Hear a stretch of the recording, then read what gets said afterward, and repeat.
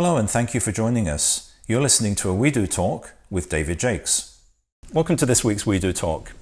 My guest here today is Kevin Barber, who is involved in the BNI organization, and that is the organization that's having a conference here in San Diego. Stands for Business Network International. So Kevin, a very warm welcome. Thanks for spending time here and joining me today. Thank you, pleasure. And by means of introduction, Kevin is an executive director of a regional chapter of BNI in Germany, and also chairman of the BNI Foundation worldwide. One of the things which I think is really interesting is you and I actually have a lot in common. We're both born in the UK. Right. We don't live in the UK. Right.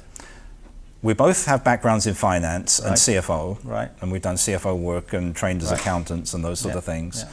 And here we are, and we get to meet. So there's a lot of little synergies here, and a lot of fun things I think we can talk about. But you mean accountants can really be fun? Absolutely. I agree with you. They're the most fun people on the planet. Of course. We're very underestimated. You're not a practicing accountant today. No, I'm not. I came to Germany in 1984. I was with KPMG. Before it was KPMG, when it was still KMG. Okay. Came to Germany in 1984 for 3 years for a 3-year secondment. Never went back, and I guess it was 3 years I was earning better money than in the UK, and 4 years and 5 years, and then got stuck. Yeah. And as very similar to myself, I had a 2-year secondment with Barclays Bank in 1989. Right. And I'm still here in the US, so I completely understand how that can happen. You never really envision it when you go into it, but life develops, and once you've lived somewhere for a few years, it becomes such a part of your life, and sometimes it would be even harder to move back to where you came from. Yeah.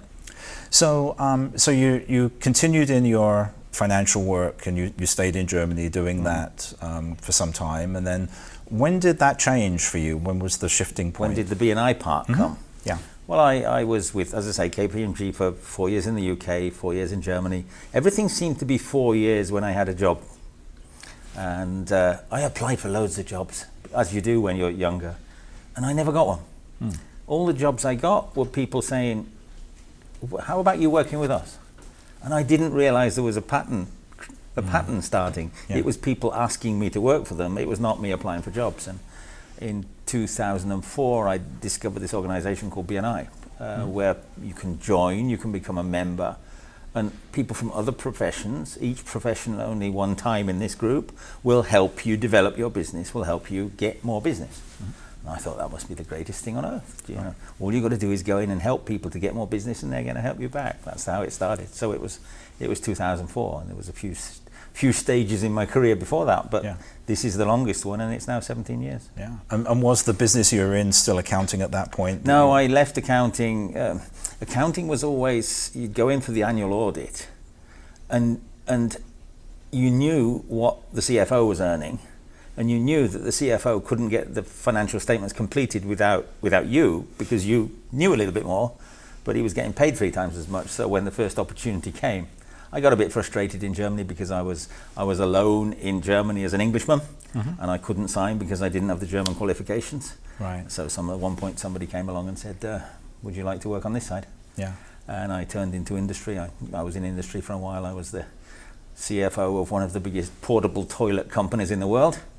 There's still people out there who see a blue toy toilet in Germany, and they call me and say, hey, I saw a toilet yesterday and I thought of you. So that's my claim to fame in a way. People think of you when they see a toilet. They think of me when they see a toilet, yeah. How long did you work for the toilet company? It was about 5 years in the end. And it was the second biggest portable toilet company in Europe. Right. The biggest one was corporate owned. This one was privately owned. And I enabled the owner of the privately owned company to merge with the corporation and get the majority, which was a pretty big thing. And I was supposed to get my management shares, part of the management buyout team. And after I created a bit of value and the thing had succeeded and he got very, very rich indeed, then he told me I wasn't going to get my shares, so I told him I wasn't going to work for him any longer. And things then changed after that, and in the end that led to being with BNI. Yeah. So one of those events that you wouldn't have wanted to happen to you. It's an unpleasant thing to happen where basically somebody treats you badly and you have probably little or no recourse. Prompted you into something better. and then something rained down and it happened. You get unlucky. Yeah. And I think if you stick with your values and your morals and you work hard, then at some point you get maybe a little bit luckier than you should have done. Yeah, absolutely. And I've had a couple of events in my lifetime where things have happened in career-wise, not that I would have planned, and as upsetting and devastating as they can be at the time, sometimes it really does propel you into the next best thing. You know, if there's anybody listening to this that is not quite sure about being self-employed and trusting it, go for it. Yeah. Because you get to the age when, 45, 50, I'm going to be 64 in a few months' time. Half of my life's still left in my mind. I've got so many plans. Would I ever get a job at this age? Of course I wouldn't. But you think you're always going to be employable. But in fact, the point comes when you're just too old to be employable, or you can't be afforded anymore. Right. Go for it in self-employment. Yeah. And that is the way that we're seeing the work paradigm shift. Right. And we're hearing, the buzzword of 2022 is the great resignation. I actually think there's a lot of burnout there. People are burnt out and they're looking at doing other things. People want to be a bit more flexible with their lives and have more control over their lives. But in many ways, taking that jump, taking that leap of faith and jumping into something unknown is a pretty scary thing to do. Especially thinking in terms of, you have a predictable salary, you have, even if you're not fulfilled, you know that you can rely on the money.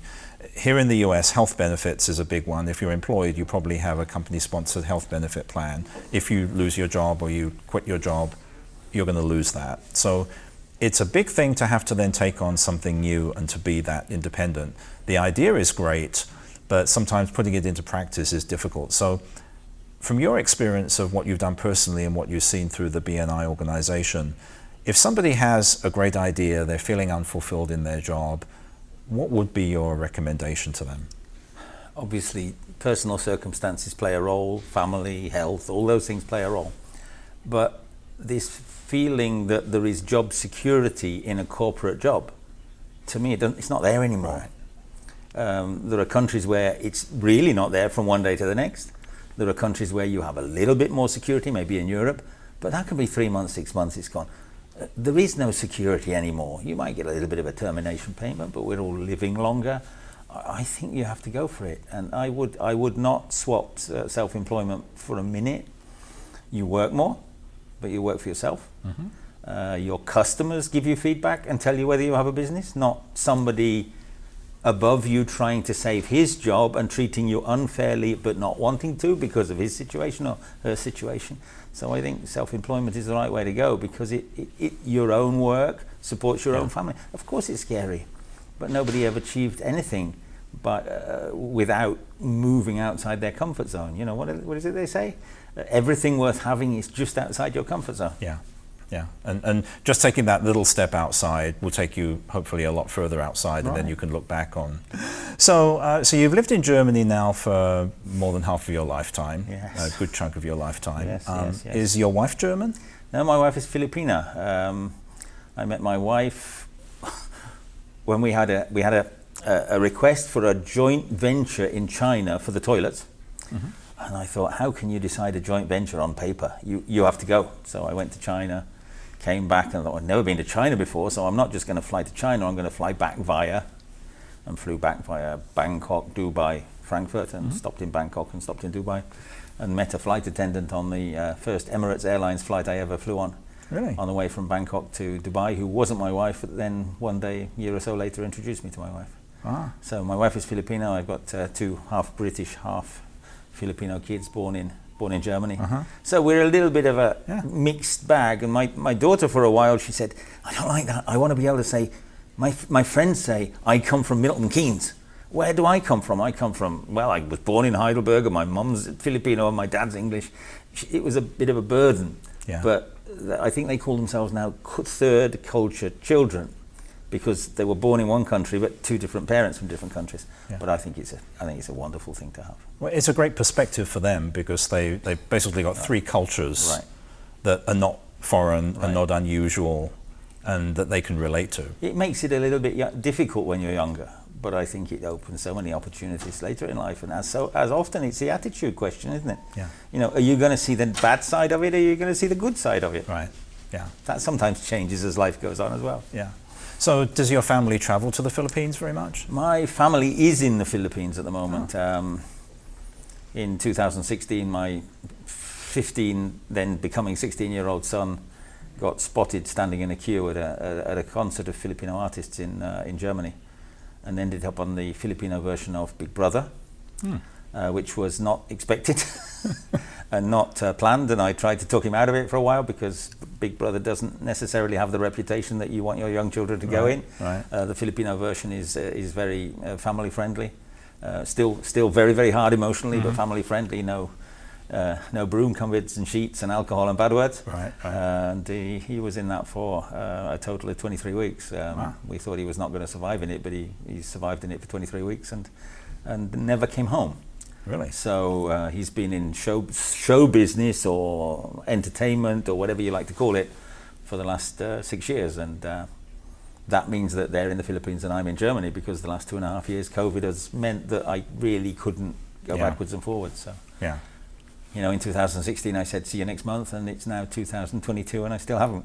Really? Yeah. So you haven't been able to travel over there at all? Well, the point came when I could have gone, but Right. then it's 2 weeks quarantine, and it's 2 weeks quarantine on the way back, and I've got a father who's 93 in the UK who I've got to see, so I haven't seen them since, I might have said 2016 before I meant 2020. Yeah.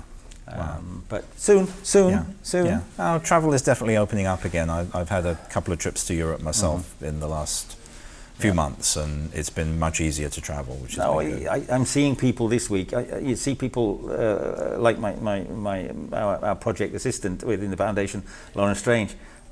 I looked at her and I said, "Can you turn on your site? You're really 3D. I never knew you were 3D. I just thought you were 2D." Yeah. And you're seeing people, and I've been ultra cautious with masks and distancing and everything, and you come back with people that you know, and you just can't not hug. Yeah, I know. And those are real relationships. Those are people you can really, really count on, and that's what BNI does. Yeah.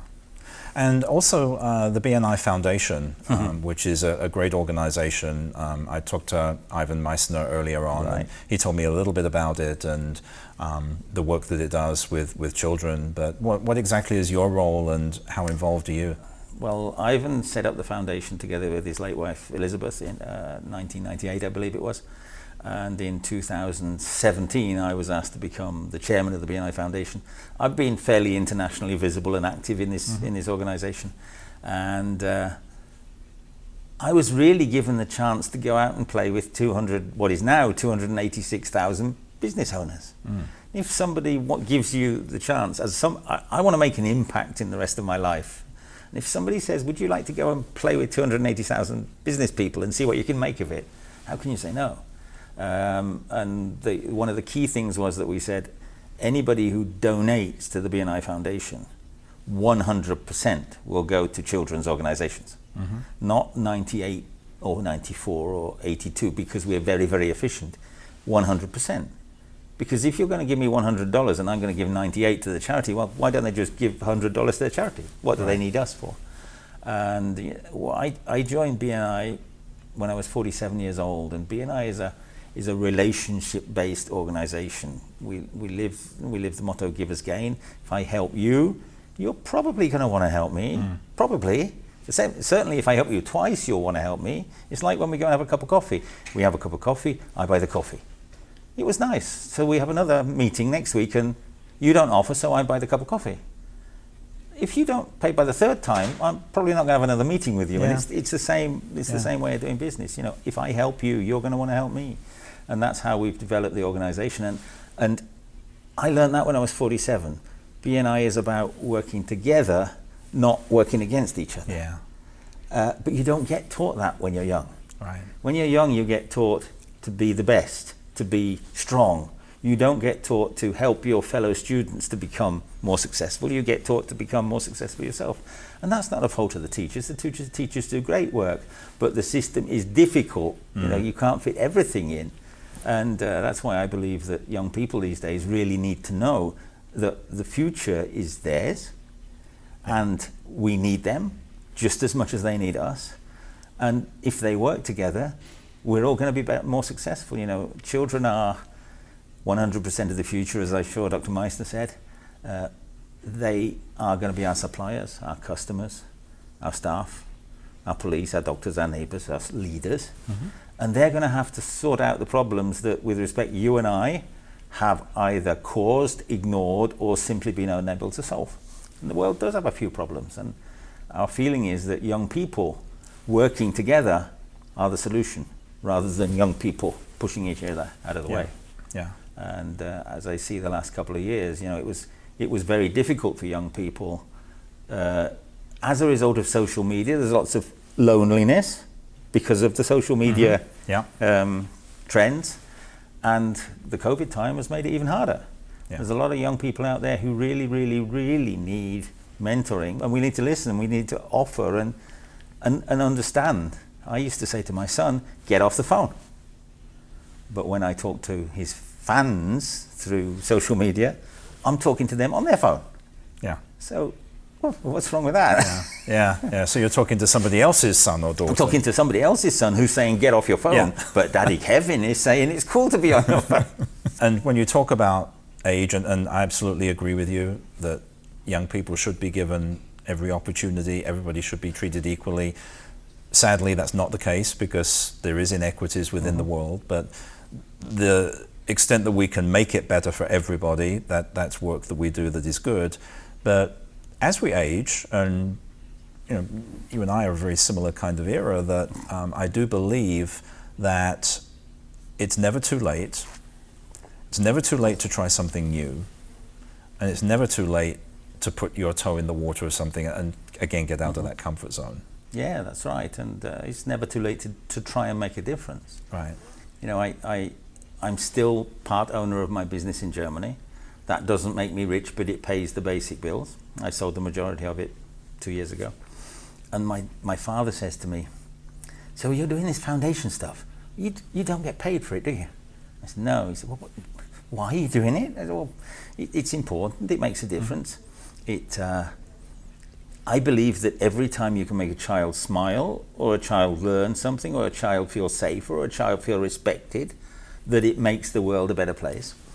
And when you get involved in organizations like this, you meet cool people. I would never have met you without being in the foundation. And 3 or 4 days ago, we did an event in Long Beach, and the keynote speaker was a very famous person in this country called Magic Johnson. And I had the chance to meet him afterwards, but he was very busy. He was working to a tight schedule, and you know, there's people there who would like to impress him with their products. They'd like to benefit from from knowing him. And you know, people like that don't actually want to be confronted with ideas when they're speaking. And the most important question that you can ask in our experience is, how can I help you? And I thought we weren't going to get our time with him. We really wanted a couple of minutes just talking to him like this. I thought we weren't going to get the time, and we did get a chance. He says, okay, what can I do? I said, well, how can we help you? And he looked, I said, sorry? My colleague said, we're the BNI Foundation, we just donated some money to this organization, to this event. How can we help you? Because we help kids, we help children in education. And he looked at it and said, that is a totally different conversation. We've got to have a conversation about that. And the question, how can I help you? You can ask anybody. And it's not a common question. There's a lot of take in the world. Social media gives a lot of stuff, makes us want lots of things. But the question, how can I help you, can't be answered with yes or no. Right. And do people always know when you offer them? No, because it's contextual. It's, okay, this is David asking me, so let me have a think. Because if it's a standard answer, it's too simple. But simply the fact that you get asked makes you remember that person who asked you, because it's not a common question. And coming back to the work you do on the foundation, it was somebody that I've spoken to today, I don't recall exactly who'd said that one of the things that you do is, when you're looking to make a donation somewhere, is you ask people what it is that they need. How many charities do that? And we've all done it. We've all done it. You know, if you make a mistake and you learn from it, that's okay. It's like, we're going to give this product to these people in this country because that's what we think they need. And they do need that. But then we give it to them when we realize we were assuming that if we give it to them, they can use it because the infrastructure is the same as it is with us. But they don't have the things they need. Once the first supply has run out, They don't have the things they need, and the things that we saved so much money for don't work. Instead of going in and saying, we'd like to help. And that's really what we do within our BNI Foundation Business Voices initiatives. We go to schools and educational establishments and say, we're a local group of business owners. We work together to help each other become more successful. We're a marketing team for each other. And we would like to help orientate your children in career opportunities. I think teachers do wonderful work, but there's a huge difference between the teacher who teaches maths and physics and geography now saying, I'm going to teach you about career opportunities. Yeah. And you and me going in, taking our time, rolling our sleeves up and say, this is what it's like to be an accountant. They might not like that one. An accountant, an electrician, a doctor, a dentist, yeah. They've got a new person coming in. I did this a few months ago in a relatively low-level school, or a relatively, and not a particularly successful school in Germany. And we went in with 11 business owners who talked about their profession, why it's important to finish school, what opportunities it gives you in this profession. And they were like, they just got their mouths wide open. And the feedback was, real people came in to our school and talked to us who didn't have to because they were a teacher. They just came in because they wanted to. Yeah. And that to me is caring about the future generations. Yeah. The skills that you're talking about, which is largely communication skills, how to be nice to people, how to treat people well, how to get people's respect. Those are the things that just don't get taught in school, they don't get taught in textbooks. And I've often thought that, coming back to the accounting world, if there's an area of accounting that you or I are not familiar with, we can learn it. It's a technical skill. And I don't profess to know everything by any means, but I could learn and use a new piece of it.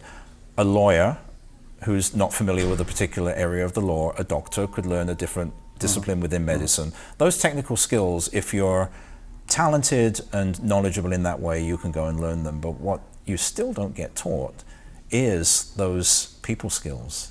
Is that how to be a good citizen. And that's the one thing they don't teach in schools, is how can I be a good citizen? And that's really to me the global aspect of what I think a lot of the work you're doing. And I mean, if we are talking about BNI, this is not intended to be a sales pitch.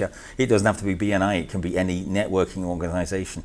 The incredible thing is, if you're meeting people, fellow business owners, on a regular basis, you learn that slowly. Yeah. You stand up and you present for a minute once a week, and you learn those skills. And the fascinating thing we've experienced this week was, if somebody asks me what I do, I will give them a useful answer. We learn how to answer the question, what do you do? I used to say, I'm an accountant. Well, if you ask me, what do you do? And I'm say, I'm an accountant, have I actually listened to your question? You asked me what I do, I answered what I am. No, I didn't even give you the respect of answering the question properly.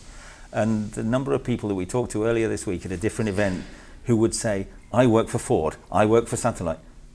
Sorry, if you get a chance to talk about what you do, you have to find some way of expressing value, of explaining. And the best way to do that is to work with other business owners. BNI is a great example, but it doesn't have to be BNI. There are other organizations where you can do that as well. But if you can get the opportunity to work with people, they will give you the feedback. You will learn how to work with people rather than against people. Yeah. It can be a lonely world. It can be. Especially after the last 2 years. And when I see what it's like coming into this event and the warmth of having people together again. With a slight little bit of uncertainty about whether it's safe, but we've got to get there sometime. Yeah. So, Kevin, we've talked a lot about the last couple of years. It has been a challenging time for so many people, and as you and I are originally from the same place, I have to ask you a question. What has the last couple of years been in terms of challenging? What's been more challenging, COVID or Brexit? Ooh, well, that's a mean one, isn't it? Yeah, it is. I don't know whether Brexit is the last couple of years. Maybe it goes back a little bit further than that. What's been more challenging?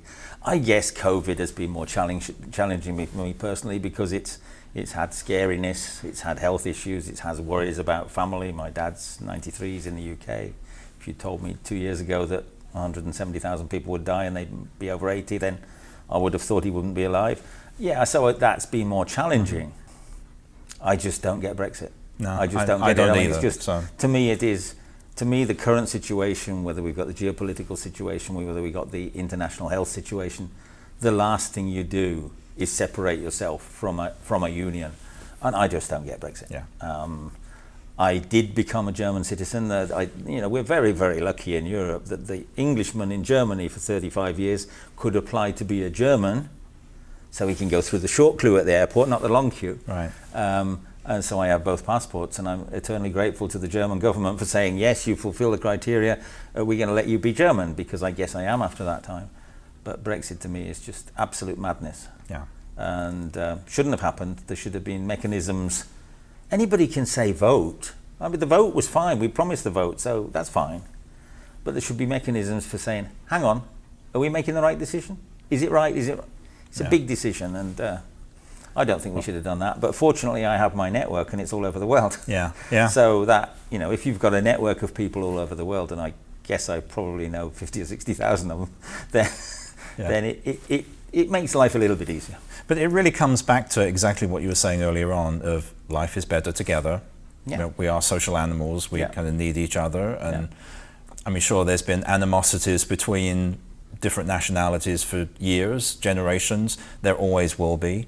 But when you look at how Europe has developed over the last 50 years, 50 years ago, would anybody have ever said that Germany would be reunified? No. I didn't think that was ever going to happen. No. But I'm glad it did. Yeah. Yeah.